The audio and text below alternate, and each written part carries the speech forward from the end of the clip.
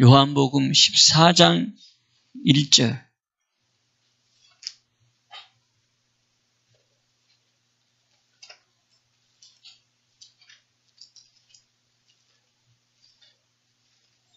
요한복음 14장 1절입니다.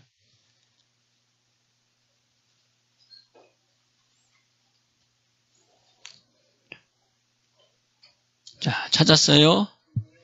찾았으면 한 목소리로 같이 봅니다. 시작. 너희는 마음에 근심하지 말라. 하나님을 믿으니 또 나를 믿으라. 아멘. 아멘. 제가 다시 한번 봉독해 올리겠습니다. 너희는 마음에 근심하지 말라. 하나님을 믿으니 또 나를 믿으라. 자, 우리 예수님이 직접 하신 말씀이에요. 자, 우리가 살다 보면 내 뜻과 내 생각과 다르게 일들이 이렇게 흘러가고 꼬이는 것을 볼 수가 있어요. 그럴 때 나타나는 증상이 근심이죠. 마음의 근심. 그런데 하나님은 지금 너희는 마음에 뭐하지 말아라? 근심하지 말아라. 우리 하나님이 우리에게 요구하시는 것은 근심하지 말라는 거예요. 그래서 내가 주는 마음은 평안이다. 화평이다. 그 마음, 곧 그리스도 예수의 마음을 가지라. 이렇게 우리에게 요구합니다. 그래서 마음에 근심하지 말라. 왜 그러느냐? 하나님을 믿으니까 근심하지 말라라는 거예요. 그러니까 근심하면 하나님을 믿지 않는 거다라고 또 우리가 또 볼 수가 있어요. 그러면서 또 나를 믿으라. 그러면 여기 믿으니 믿으라라고 말씀했어요. 그 믿음이 뭐예요? 믿는 표가 뭐예요? 믿는 표가 로마서 15장 13절. 믿음 안에서 모든 기쁨, 모든 즐거움. 그죠? 그러니까 믿는 자는 근심이 없다는 거죠. 근심은 없다는 게 아니라 안 한다는 거죠. 왜? 하나님이 계시고 우리 예수님이 계시기 때문에. 그분이 나와 함께하면 평안이라는 거죠. 즐거움이라는 거예요.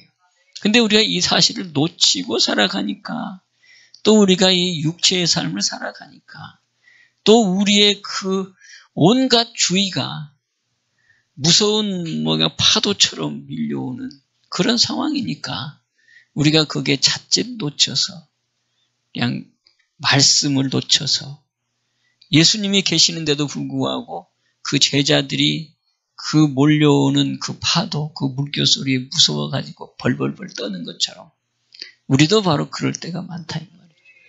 그럴 때 다시 한번 우리가 붙잡을 건 하나님을 믿으니, 또 우리 예수님을 믿으니 마음에 근심하지 말라. 근심의 여러 가지 조건들이 많아요. 나라의 일 때문에 근심할 수도 있고, 또 개인의 가정사, 또 사업의 문제 때문에 근심 안 할 수가 없는 일들이 생기죠. 그런데 우리 하나님은 그래도 마음에 근심하지 말아라 얘기해요. 그럼 이렇게 말하신 분이 누굽니까? 하나님 믿으라. 그래? 하나님이 누굽니까? 그럼 하나님이 누구예요? 우리가 그동안 많이 배웠잖아요. 지존하신 분. 시편 83편 13절에 여호와라 이름하신 주만 지존자다. 그 지존자가 여호와인데, 그 여호와가 창세기 17장 1절 어떤 분이에요? 전능하신 분이죠. 무소부재하신 분. 인간으로서는 할 수 없는 일을 행하시는 분. 그래서 이사야 55장에는 뭐라 그래요? 근심은 왜 하는 줄 알아? 그 얘기는 아니지만 그 내용에 그런 의미가 포함되어 있어요. 너희의 생각은 땅이니까 근심하는 거야. 내 생각은 하늘이라는 거예요. 그러니까 너희들이 어떻게 하늘의 생각을 알 수 있냐는 거지. 우리 하나님은 신이시기 때문에 하나님은 우리가 알지 못하는 것까지 다 아시는 분. 내가 생각할 때 이건 당장 이루어져야 되고 내 생각에는 이것이 돼야 되는데 하나님은 먼 것까지를 아신 분이기 때문에 그것 되면 망하는 거야. 그럴까요? 안 그럴까요? 거시적인 생각을 가져라 하는 것은 뭐예요? 우리의 생각에도 이 한시적인 생각, 짧은 생각이 있고, 아니 뭐예요? 긴 생각이 있죠. 그러므로 뭐라 그래요? 짧은 생각은 당장, 긴 생각은 앞에 먼 미래까지를 생각하고 하는 것. 그 차이가 엄청난 거죠. 그런 것처럼 너희는 생각은 땅에 있다는 거죠. 근데 내 생각은 하늘에 있다는 거예요. 너희의 생각과 내 생각은 차이가 난다는 거죠. 그러니까 지금 당장 우리의 생각대로 안 됐다고 해서 안 된 게 아니라는 거예요. 지금은 당장 내가 손해본 것 같은데 먼 훗날에 보면 그것은 오히려 네가 그것을 가졌으면, 그것이 이루어졌으면 너는 방해해. 바로 이런 하나님의 생각으로 우리를 돌보신다는 거예요. 그래서 이 하나님을 믿으라 하는 소리가 바로 이 전능자를 믿으라 소리고, 이 전능자는 너의 앞길을 다 알고 있다. 미리미리 하나님께서 우리의 길을 열어주시는데 내 생각이 거기에 못 미치다 보니까 뭐가 나와? 근심이 나오는 거지. 오늘 이거 당장 이루어지지 않은데, 이거 안 되면 큰일 나는데. 뭐예요? 근심이라는 거예요. 그래서 하나님 믿으라, 맡기라는 거지. 잠언 3장 너는 범사에 나를 인정해라. 잠언 16장 마찬가지 3절에도 너의 행사를 전능자 나 여호와께 맡겨라. 그리하면 그가 경영해 주신다. 나라 일도 마찬가지고 개인의 문제도 가정도 우리 하나님께 의지하면 하나님께서 해주신다는 거예요. 자, 우리 하나님을 믿으십시다. 그리고 또 예수님 뭐예요? 몸소 이 땅에 오셔가지고 자기 몸을 내어놓고서 약속하신 분이 아닙니까? 바로 우리 마음의 근심, 이제는 이게 우리하고는 상관이 없는 주님의 마음으로 살아가는 복된 여러분 되시기를 주님의 축복합니다. 그래서 이 하나님이 나와 함께 하겠다. 그러므로 뭐라 그랬어요? 동거하겠다. 그래서 시편 91편, 시편 90편 뭐예요? 대대로 지존자 되시는 여호와가 우리의 거처가 되셨다. 91편에도 역시 마찬가지죠. 지존자의 은밀한 곳에 거하는 자. 그러면서 9절에 그 지존자로 거처를 삼았으므로 모든 재앙들이 너희의 집에 들어오지 못하고. 그게 우리 하나님의 약속이에요. 지난주에 드렸던 말씀이죠. 그래서 우리를 거쳐 삼기를 원하고 이 지존자 되신 분이 우리 안에 오셔서 우리와 같이 동거하기를 원하신다는 거죠. 그럼 동거해서 우리는 어떻게 살자? 동행하면서 살자. 그게 지난주의 설교였죠. 그 전능하신 분과 동행하는데, 같이 하는데, 그래서 요한복음 10장 그 27, 28절에 보면 내 손에 있는 이 내 양을 누구도 빼앗을 수 없다. 누구도 건드릴 수 없다.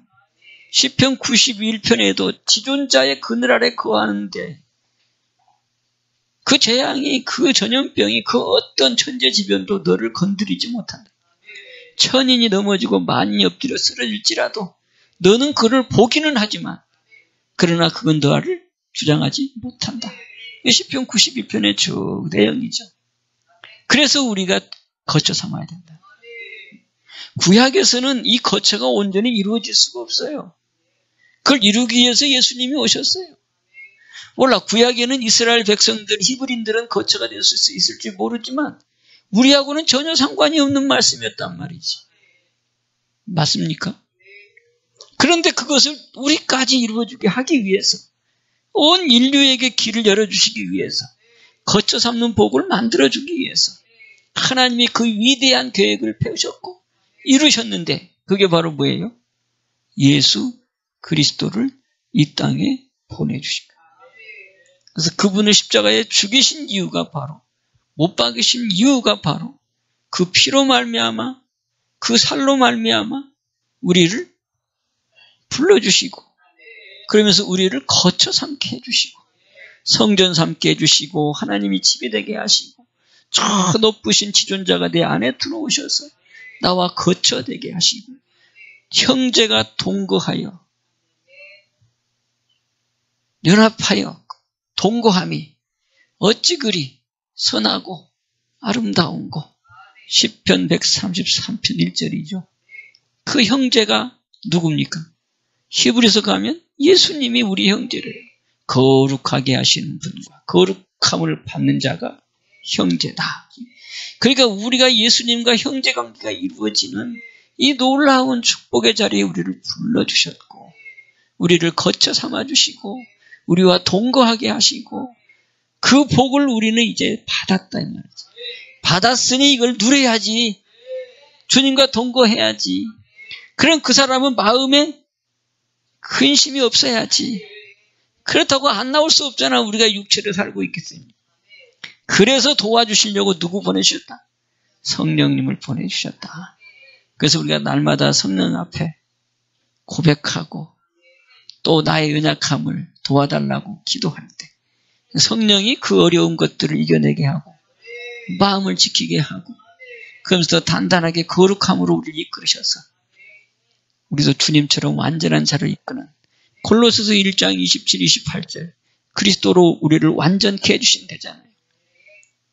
우리 그런 믿음의 성도들로 세워지기를 주님의 이름으로 축복합니다. 자, 그래서 오늘 주님 주신 말씀, 자, 우리 창세기 26장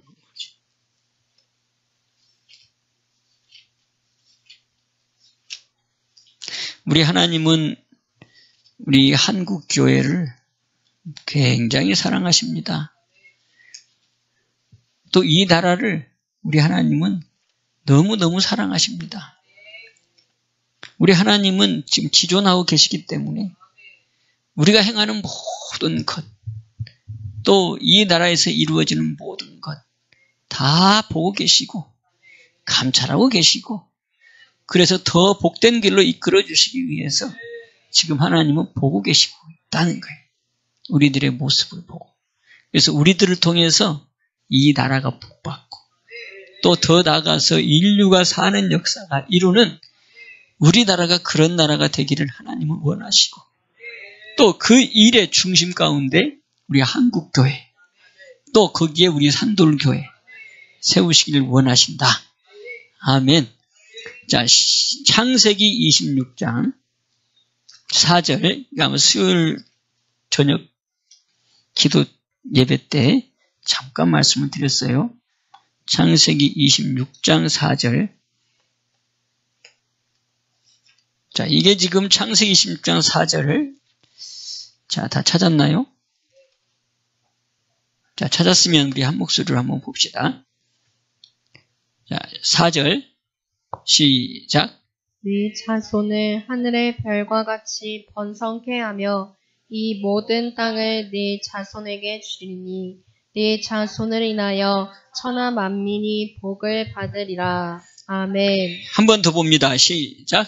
네 자손을 하늘의 별과 같이 번성케 하며 이 모든 땅을 네 자손에게 주리니 네 자손을 인하여 천하 만민이 복을 받으리라. 아멘. 네 자손에게 여기 모든 땅을 맡기겠다는 거죠. 준다고 하니까 그냥 그 뭐예요? 그 계약서까지 해가지고 등기로 해가지고 준다. 뭐 그런 뜻도 있겠지만 그 뜻보다는 내가 네 자손에게 이 세상의 모든 땅을 뭐한다? 맡기겠다. 그래서 이어서 뭐예요? 네 자손을 인하여 천하 만민이 복을 받게 하겠다는 거예요. 누구 자손? 예, 네 자손을 통해서. 여기서 말하면 누구 자손? 여기서는 아브라함의 자손 누구? 이삭. 2절에 나오잖아요. 이삭. 2절 보여주세요. 시작. 여호와께서 이삭에게 나타나 가라사대 애굽으로 내려가지 말고 내가 네게 지시하는 땅에 거하라. 그러면서 아멘. 4절 네 자손을 하늘의 별과 같이 번성케 하며 이 모든 땅을 네 자손 이삭 네 자손에게 주리니 이삭 네 자손을 인하여 천하 만민이 복을 받으리라. 아멘. 예, 여기 이삭의 자손이래요. 아브라함에게는 자손이 둘이 있었어요. 누구예요? 이스마엘, 또 이삭. 근데 여기는 이스마엘이 안 들어갔어요. 이스마엘은 누구의 아들? 하갈이라고 하는 종의 아들이에요. 그럼 사레는 아브라함의 정실, 본처의 자녀, 이삭.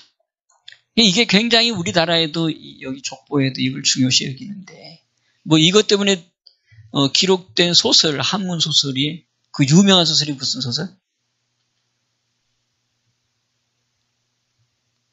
아니, 그 정도는 알아야지 대학생들은. 대학을 졸업했다면. 한문 소설, 홍길동이 뭐예요? 그렇지, 종의 자식이었어요. 그래서 그가 뭐 했어요? 이거 안 되겠다, 내가. 그래가지고 홍길동전이 쓰여진 거예요. 그래서 나도 이제 좀 당당하게 세상에 살고 싶다. 뭐 이게 이제 그 서자들의 서름을 글로 써서 이게 문학작품으로 나온 게 홍길동전이에요. 우리나라도 그런 소설이 있을 정도면 정실과 후손, 첩의 자녀는 엄청나게 같은 아버지인데도 불구하고 차별이 있었어요. 여기도 마찬가지. 지금 여기. 그러니까 우리나라의 이 자손의 문화랑 저희 히브리인들의 자손의 문화랑 좀 비슷한 게 있어요. 성경을 보면. 그래서 여기 보니까 두 자손. 하나는 하갈, 그 첩의 자녀로 이스마엘. 그 다음에 정실의 자녀 이삭. 이렇게 두 후손이 있었다는 거예요. 그런데 그 아브라함의 후손 중에 그 목이 누구로 들어가느냐? 이삭으로. 그래서 그 얘기를 하는 거예요. 여기 3절에 보면 이 땅에 유하면 내가 너와 함께 있어 네게 복을 주고 내가 이 모든 땅을 너와 네 자손에게 주리라. 내가 네 아비 아브라함에게 맹세하신 것을 이루겠다. 그러니까 아브라함에게 창세기 12장이 엄청난 축복을 하잖아요. 그러면서 그 축복을 이어가는 그 후손이 누구다? 이삭이다. 이스마엘이 아니고 이삭이라고 하는 거예요. 그러면 그하고 나하고 뭔 상관이 있는데 굉장히 중요해요. 우리는 알고 보면 저 히브리인이라고 우리는 상관이 없잖아요. 우리는 원래 이방인이니까. 그래도 이스마엘은 그래도 아브라함의 첩의 자손이지만 족보에는 들어가잖아. 그보다도 못한 존재가 사실은 우리들 이방인들이에요. 그거를 모르고 사실은 우리가 그 기독교 역사 가운데 그 이방인들이 차지했던 비중이 너무너무 크다 보니까 그 초대교회에서는 유대인 기독교인과 이방인인 기독교인이 굉장히 차이가 있었어요. 첫 출발 때는. 그 이방인들의 기독교인들도 사실은 죄인 취급받았던 때예요. 교회로 들어오는 것 자체를 상당히 거부했었던 유대인 기독교인도 많았어요. 그 가운데 아주 고민했던 게 바울이었단 말이에요. 그게 갈라디아 전장에 나온 내용이잖아요. 그런데 이게 기세가 확 눌려가지고 이제 막 이방인들이 막 교회로 몰려와. 바울이 막 전도를 하면서 막 유럽에 전도하면서 그러다 보니까 유대인들에게는 뭐가 있었어요? 율법이라고 하는 그 하나님으로부터 받은 언약이 있었어요. 그 언약에 묶이다 보니까 이 그리스도가 가만히 보니까 예수가 이게 잘못된 것 같아. 그래가지고 복음이 막히기 시작한 거예요. 그리고 이방인 쪽으로 복음이 막 흘러갔어요. 그래서 이방인들이 막 이제 교회로 들어왔어요. 그러다 보니까 이제 교회의 주체가 누가 됐어? 이방인들이 다 차지하는. 그래서 교황이 생긴 거고 그 이탈리아 로마가 하나의 그리스도의 복음의 본거지인 것처럼 그렇게 됐고 그 다음에 모든 그 신학과 그 복음의 그 출발점이 원래 예루살렘부터 시작된 건데 저 이탈리아 그 로마에서부터 시작된 것처럼 우리가 착각을 하고 있단 말이에요. 그러니까 초대교회를 지나서 이제 교부 시대로 가면서부터 막 이방인들이 막 몰려오기 시작해서 그래서 이제 교황도 처음에는 베드로가 교황으로 세워졌지만 그 이후부터는 계속해서 이방인들이 교황도 되기도 하고 그러면서 교세가 완전히 이방인으로 몰려서 완전히 주체가 바뀐 거죠. 그래서 심지어 십자군 전쟁까지 일으켜가지고 그 예수님을 십자가에 못 박았다고 해서 유대인들 예루살렘까지 막 불태우고 그 유대인들을 잡아 죽이는 십자군 전쟁도 그래서 일어났던 것 중에 하나였어요.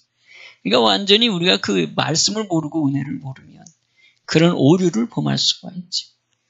지금도 마찬가지예요. 우리는 하나님 앞에서 은혜 받은 자들이지 그 주 십자가의 그 은혜가 아니면 여전히 우리는 그리스도의 밖에 이방인 취급받는 죄인이라고 하는 거예요. 그게 사도행전 10장에 아주 뚜렷하게 11장까지 얘기하잖아요. 베드로가 이방인 만나고 와가지고 어떻게 해서 비난받았잖아요. 그 고넬료를 만나고 그래가지고 그거를 갖다가 변명하는 내용이 10장 11장이잖아요. 심지어 어떻게 얘기했어요? 하늘에서 뭐가 내려왔다고?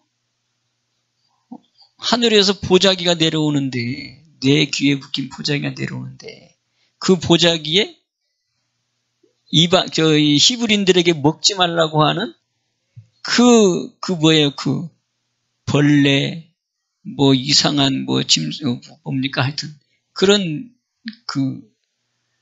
그것들이 담겨져 있잖아요. 벌레라든지 하여튼 하나님이 먹지 말라고 예? 부정한 것들이 거기에 들어있잖아요. 그런데 하나님께서 먹으라고 했다. 그 부정한 것이 누구요? 우리 이방인이었다는 거예요. 그래서 거기 네가 거기 뭐라고 표현하고 있어요 지금? 응? 아니 거기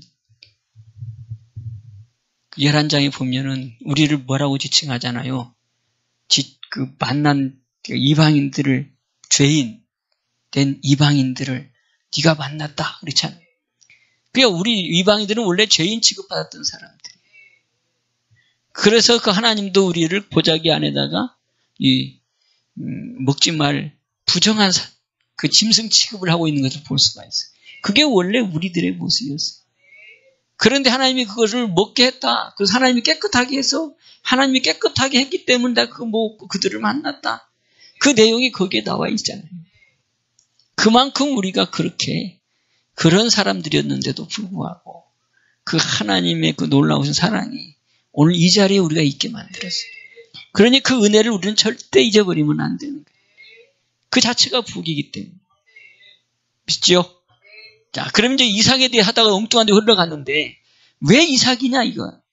그 이삭은 히브리인들의 얘기냐? 아니다 이 말이에요. 예수 그리스도를 통해서 이제 새로운 역사가 이루어지는데 그것을 깨달았던 바울이 갈라디아에서 우리에게 얘기하는 거예요. 이 이삭의 자손은 하나님께서 말씀하신 언약의 자손이라는 거예요. 그래서 이 자손을 통해서 천하 만민이 뭐하게 한다? 복을 받게 한다는 거예요. 그 이삭의 자손이 우리가 되게 하겠다는 거지. 뭐를 통해서? 그리스도를 통해서. 그리스도의 그 새 언약을 통해서. 그래서 이 바울은 아주 담대하게 말하는 거예요. 이 히브리인들 중에서도 이 하갈에 속한 자녀들이 있다. 그 히브리인 중에서도 약속에 속한 사라의 후손이 있다. 그게 갈라디아 4장에서 말하고 있어요. 율법에 속한 자는 하갈의 자손이다. 그 다음에 약속의 자손이 있다. 그 약속의 자손은 자유하는 여자, 곧 사라의 후손이 이삭의 자손이다.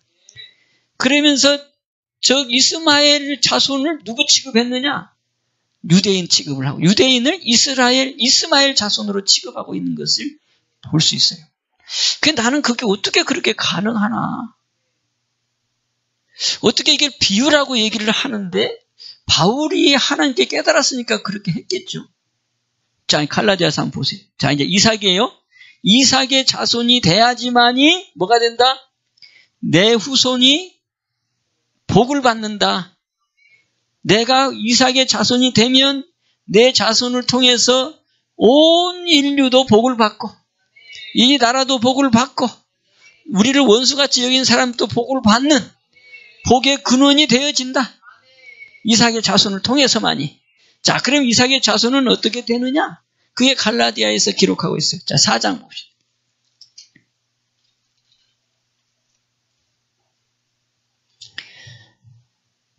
지금 여기 갈라디아서는 바울이 갈라디아 교인들에게 쓴 편지였어요. 편지였는데 그 편지의 내용 가운데 지금 이거를 기록하면서, 그런데 이걸 또 하나님은 뭘로 만들었어요? 성경으로 채택을 한 거예요. 하나님의 말씀으로 채택을 한 거예요. 그러니까 이 말씀은 곧 누구 말씀? 하나님의 말씀이 된 거예요. 그런데 사실은 의문점이 사실은 있는 게 바로 아까 얘기했던 거예요. 어떻게 하갈 자손, 이스마엘 자손을 왜 유대인들에게 비유했을까?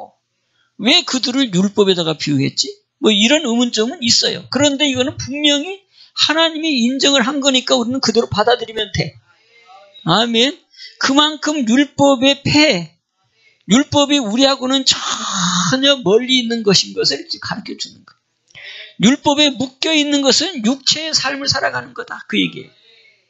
그리고 약속의 자녀는 뭘로 되느냐? 성령으로 되어지는 거다. 그럴 때 네가 이삭의 자손, 자녀가 되어진다는 거예요. 아버지라 부를 수 있는 자녀가 되어진다. 자, 갈라디아 4장.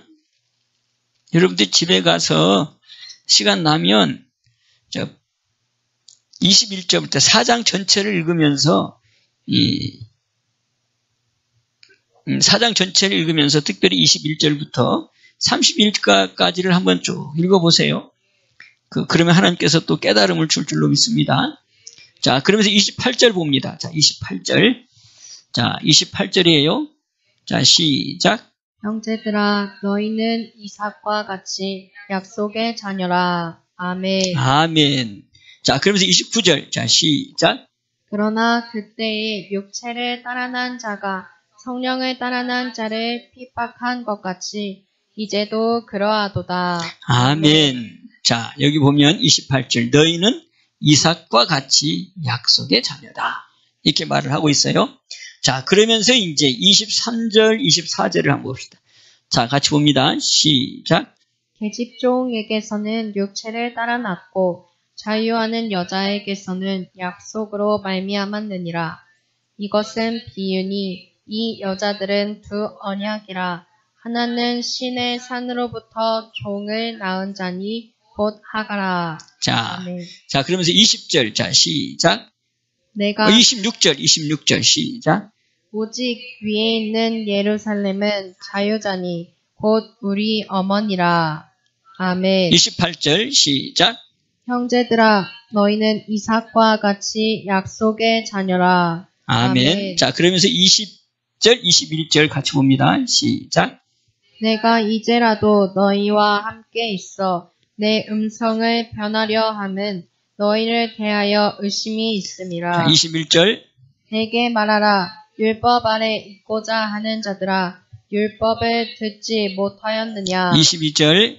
기록된 바 아브라함이 두 아들이 있으니 하나는 계집종에게서 하나는 자유하는 여자에게서 낳았다 하였으나. 아멘. 아멘. 자, 두 아들이 있었다. 하나는 계집종에서 이스마엘, 하나는 자유하는 사레, 그 여자에게서 난 이삭.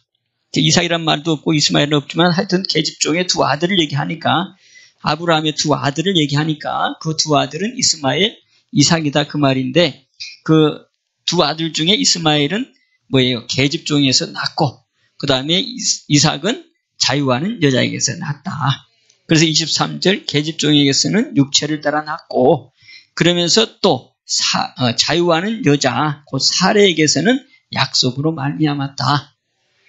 맞아요? 틀려요? 이게 의심이 됩니까? 말이 이해가 됩니까? 사레가 알을 못 낳았어. 90대까지. 그런데 하나님은 뭘 했어? 약속을 했잖아요. 내가 너에게 자식을 주겠다고. 그래서 약속으로 받은 게 누구요? 이삭.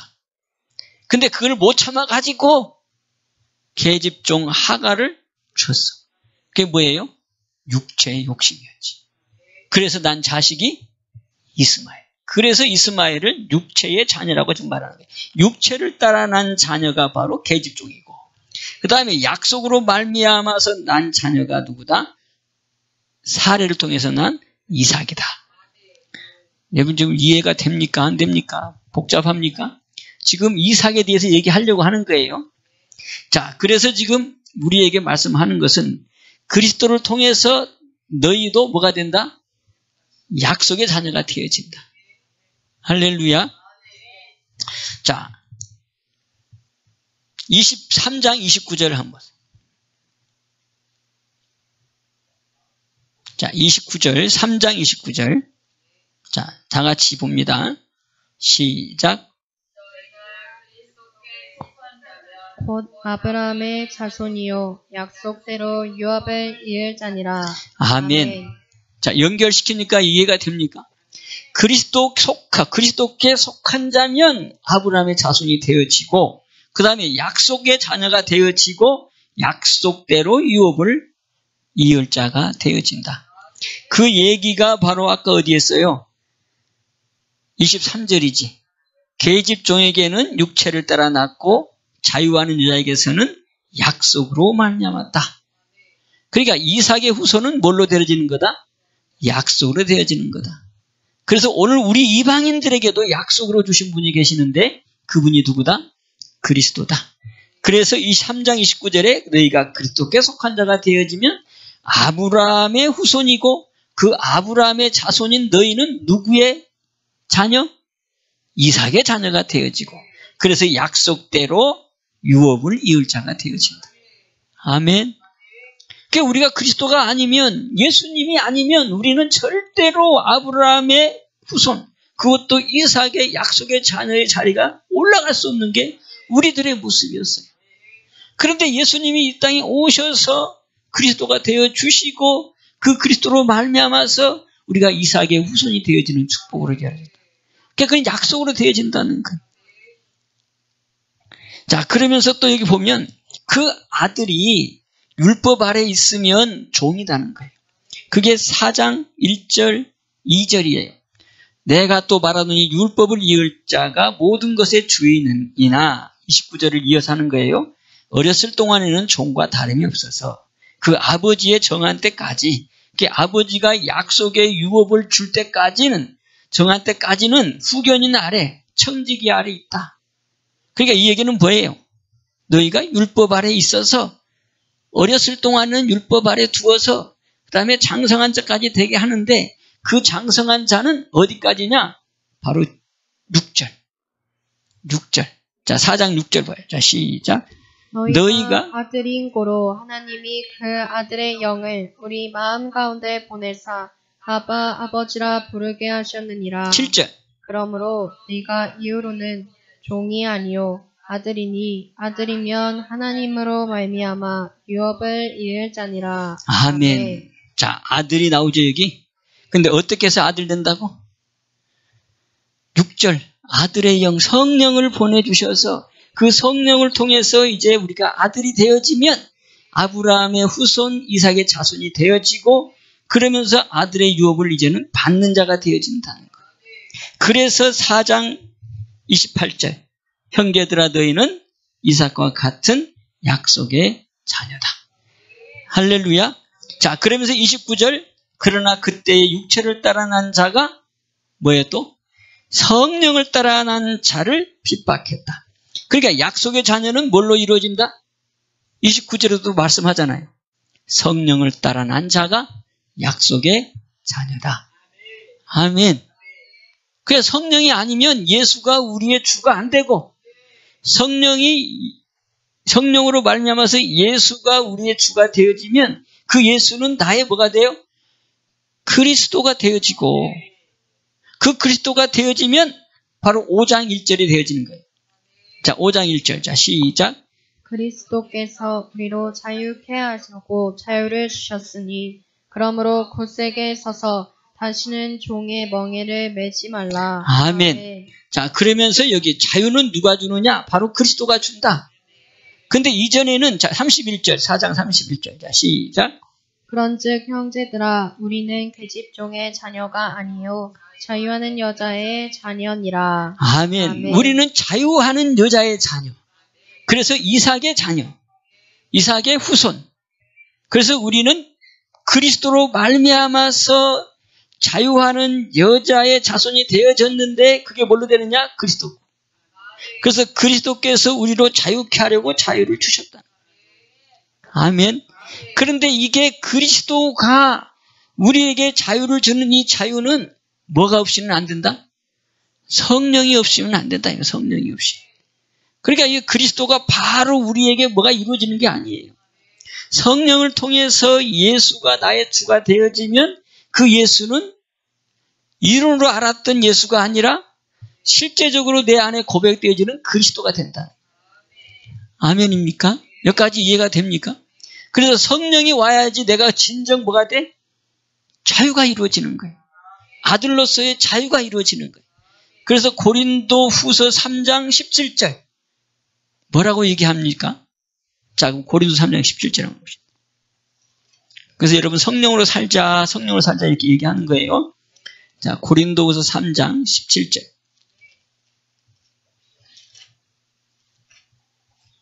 오늘 설교가 조금 어려우죠? 어렵지요? 알아듣겠어요? 다 알아듣습니다. 3장 17절. 자, 시작. 주는 영이시니 주의 영이 계신 곳에는 자유함이 있느니라. 아멘. 네. 성령이 계신 곳에는 자유함이 있다는 거예요. 그러니까 그리스도로 말미암아 우리를 자유를 주셨는데 그게 바로 뭐로? 성령으로. 그리스도가 내 안에서 자유케 한다는 거예요. 아멘. 그러니까 우리가 성령으로만 살아야지만이 내 안에 하나님의 나라가 이루어지고 하나님의 나라가 이루어진 우리는 아브라함의 후손, 그것도 이삭의 자손이 되어져서 우리를 통해서 온 인류가 복을 받게 한다는 거예요. 그 자리에 여러분들이 있다는 거예요. 아멘. 우리 이삭의 자녀입니다. 곧 약속의 자녀입니다. 그래서 고린도 후서 1장 20절 뭐라 그래요? 자, 고린도 후서 1장 그 앞에 우리는 약속의 자녀예요. 자, 고린도서 1장 20절. 그래서 그리스도도 결국은 뭘로 왔어요? 약속으로 오신 거예요. 하나님이 약속을 계속 했잖아요. 보내겠다고. 그래서 누구의 후손으로 오겠다고? 여자의 후손으로 오겠다고. 자유하는 여자의 후손으로 보내겠다고. 마리아를 통해서 오셨잖아요. 자유하는 마리아여서. 그래서 자유로 그리스도가 바로 뭐냐? 자유하는 여자의 후손으로 오신 약속의 자녀로 오신 거예요. 아멘입니까? 이삭도 마찬가지. 그러니까 이삭이 결국은 누구를 의미하는 거예요? 그리스도를 의미하는 거예요. 앞으로 약속의 자녀가 올 건데 그 약속의 자녀를 미리 우리에게 보여주시기 위해서 바로 이 약속의 자녀인 이삭을 통해서 그 다음에 이방인들에게 그 약속으로 오신 그리스도를 통해 우리가 약속의 자녀가 되게 하고 약속의 자녀가 되게 한 우리를 통해서 뭐예요? 이삭의 유업을 받게 한다. 그러니까 우리 이거 놓치면 안 돼요. 아멘. 자, 어디 보자고 그랬죠? 고린도서 1장 20절. 자, 시작. 하나님의 약속은 얼마든지 그리스도 안에서 예가 되니 그런즉 그로 말미암아 우리가 아멘하여 하나님께 영광을 돌리게 되느니라. 아멘. 아멘. 하나님의 약속. 이 약속이 뭐예요? 새 언약. 그래서 언약이 두 개라고 그랬죠? 아까 갈라디아서의 22절에 하갈과 자유하는 여자 그 자손을 통해서 비유로 말하는데 이것은 두 언약이다 그랬죠. 그러니까 그 두 언약이 바로 율법의 언약. 아브라함과 했던 언약. 그게 율법이에요. 율법의 언약. 자, 여기까지 이해가 돼요? 그 다음에 그 율법의 언약을 새로 바꾼 게 무슨 언약? 새 언약. 그래서 언약이 두 종류예요. 율법으로 세운 언약. 그 다음에 그리스도를 통한 새 언약. 그 새 언약은 뭘로 됐다? 약속으로 되어졌다. 아멘. 그래서 그 새 언약은 뭐예요? 피로 세운 새 언약. 누가복음 22장 20절.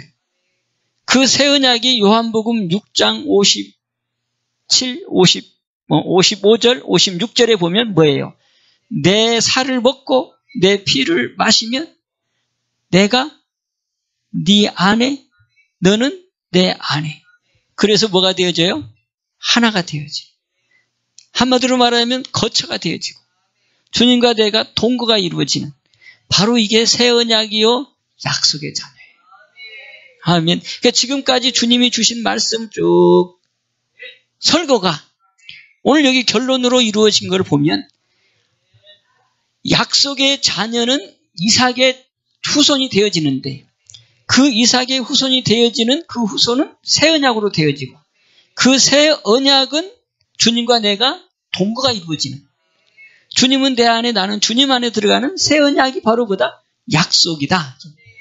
그래서 이것이 안 되면 하나님과 상관이 없어. 또 약속이니까. 그래서 우리는 날마다 내 안에 주님을 모시는 삶. 그게 새 언약으로 이루어지는 삶. 그리스도를 통해서 보내주신 약속으로 보내주신 그 아들의 피를 통해서 그분을 내 안에 모시고 나는 그분 안에 들어가는 그래서 나는 주님을 모시는 거처가 되어지고 또 주님은 나를 또 나의 거처가 되어지는 그래서 주님과 내가 하나가 되어지는 그래서 동거가 이루어지고 그 다음에 동거된 삶을 통해 뭐하고? 동행하는 삶이냐. 아멘. 이게 하나님이 이 땅에 이루고자 하신 하나님의 기쁘신 뜻이라. 이게 복음의 핵심이에요. 그 안에서 여러분들이 기도하면 그 안에서 여러분들이 하나님께 소원을 올리면 하나님은 그 기도에 응답하신다. 할렐루야. 이 말씀을 꽉 여러분들이 묵상하고 또 묵상하고 해서 그 말씀이 내 안에 이렇게 다 그냥 듣고 흘러가는 지식의 말씀이 아니고 내 안에 내마의 말씀으로 들어와서 내 안에 이루어지는 말씀이 돼야 돼. 이게 하나님이 원하시는 거고 하나님이 기뻐하시는 거. 이렇게 되어질 때 하나님을 섬기는 자가 돼요. 그리스도를 섬기는 자가 돼요. 그리스도를 섬기는 자를 하나님은 기뻐하신다고 로마서 14장 18절에 나오죠. 그런데 그리스도를 섬기려면 또 그 위에 보면 뭐가 있어요? 성령이 아니고는 하나님의 나라가 성령으로 임하지 아니하고는 17절, 18절에 바로 그거예요. 그리스도를 섬기지 못하는 것. 성령이 아니고는 그리스도를 섬기지 못한다. 아멘입니까? 그러니까 우리는 이제 율법이 필요 없다가 아니고 율법은 그리스도 안에서 뭐 하는 거예요? 죄를 깨닫고 회개하는 씻는 역할만 하는 거지 그 이상이 아니다 이 말이지. 그 율법은 우리를 어디 앞으로? 그리스도 앞으로. 그래서 그리스도 안에 들어가면 그 그리스도 안에서 성령과 동행하는 삶은 이제 우리에게 주 축복이라. 이게 약속이란 말이에요. 그러니까 이제 됩니까? 자, 아까 로마서 14장. 그래서 우리를 통해서 그리스도를 섬기는 자가 되어지고 하나님이 이것을 기뻐하신다는 거예요. 자, 로마서 14장. 자, 17절, 18절. 이어서 봅니다. 시작. 하나님의 나라는 먹는 것과 마시는 것이 아니요 오직 성령 안에서 의와 평강과 희락이라. 이로써 그리스도를 섬기는 자는 하나님께 기뻐하심을 받으며 사람에게도 칭찬을 받느니라. 아멘. 아멘. 자, 그리스도를 섬기는 자가 어떤 자냐? 17절에 해야 돼. 뭐가 이루어져야 돼? 하나님의 나라가 이루어지는 사람. 근데 그거는 뭘로 이루어진다? 성령 안에서. 성령 안에서 의와 평강과 희락이 이루어지는 그 사람이 이로써. 누구를 섬긴다? 그리스도를 섬기는 자가 되어져. 그래서 누가 된대요? 하나님의 기뻐하심을 받는 사람이 된대. 아멘. 하나님이 기뻐하시면 하나님이 무엇을 어떻게 안 하겠어요? 아멘. 하나님이 기뻐하시는 사람에게 하나님이 함께 하는 거야 항상. 그게 바로 그리스도 섬기는 자. 그게 뭘로 된다? 성령으로 되어져. 우리가 그동안 성령을 너무 이렇게 열애에다 두었다는 거예요. 그리스도라고 고백되어지는 것은 성령 아니면 될 수가 없어. 성령의 깨달음이 없이는 될 수가 없는 거예요. 이삭과 기적을 통해서 너희가 나를 도저히 믿지 못하는데 이삭과 기적을 통해서도 예수를 배수니. 그런데 배신하지 않는 길은 뭘로? 성령을 통해서. 그게 요한복음 1장, 2장, 3장, 4장 쭉 나오는 내용이에요. 나다나엘이 예수님이 어떻게 그 메시아가 어떻게 나사렛에서 날 수 있느냐. 거기는 뭐가 날 수 없다? 선한 것이 날 수 없다. 그래 빌립이 얘기하는데도 빌립의 말을 안 듣잖아.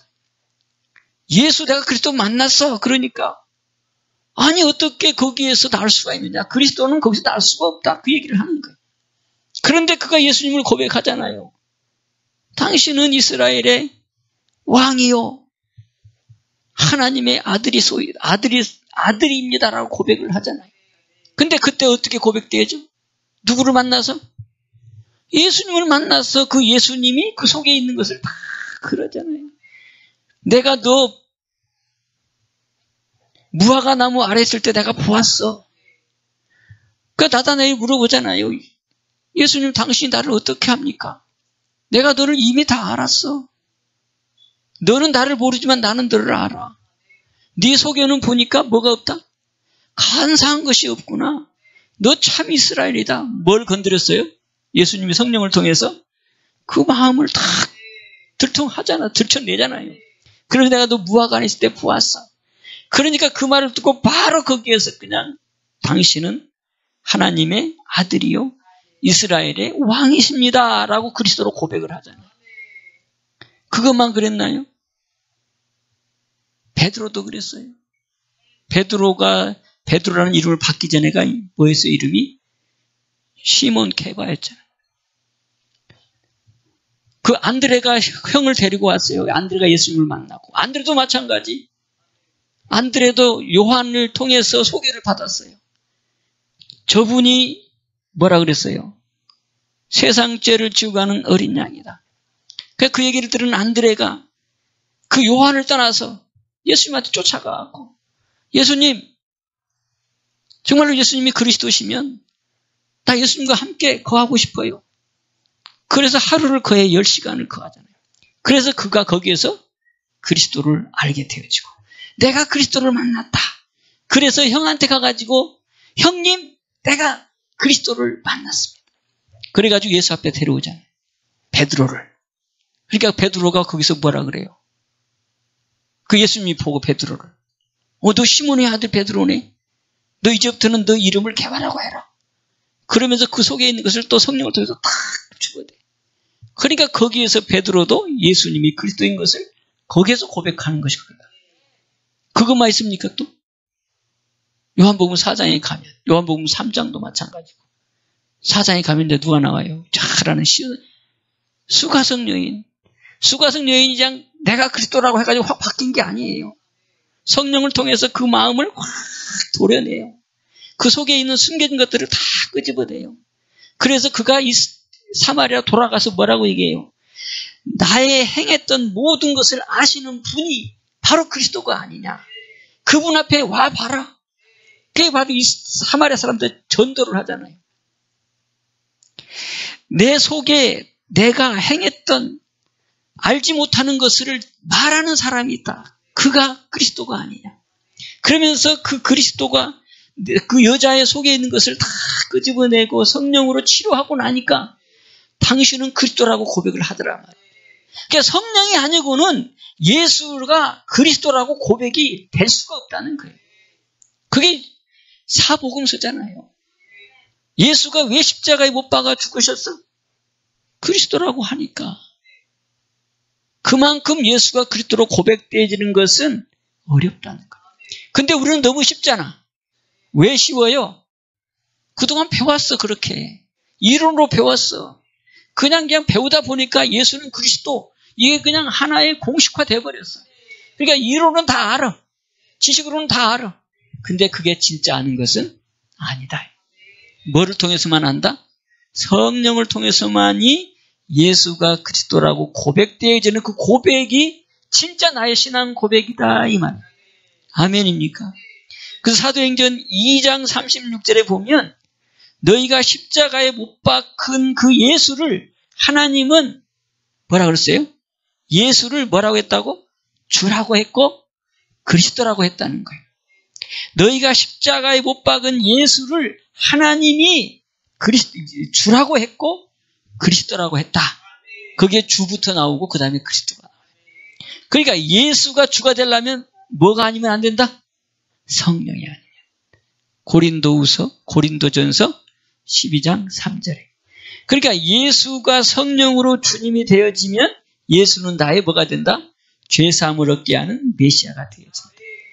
할렐루야. 그래서 그리스도는 우리에게 곧바로 고백되어지는 게 아니에요. 곧바로 고백되는 내가 알고 있는 것에 불과한 거예요. 성령을 내 안에서 역사하셔서 성령을 통해서 그때서 내가 박수가 나올 때, 감탄이 나올 때, 그 성령의 역사하심으로 나를 조명할 때, 아, 예수가 바로 내 죄를 사해 주시는 메시아구나. 이거는 성령이 아니면 안 된다는 거예요. 그러니까 약속의 자녀는 뭘로 된다?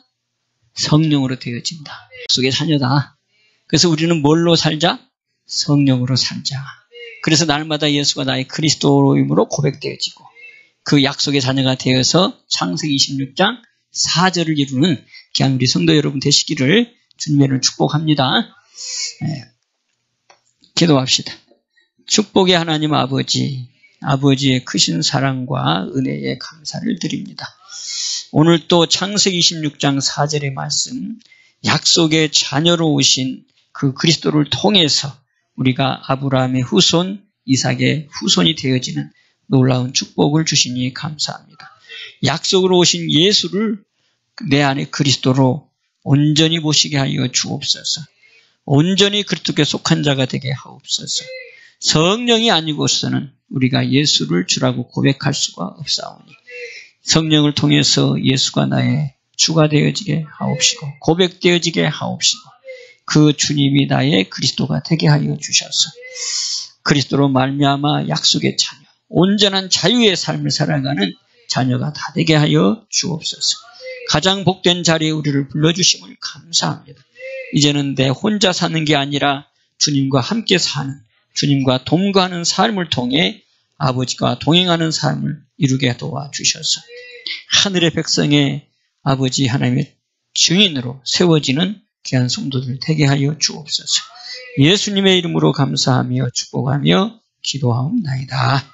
아멘.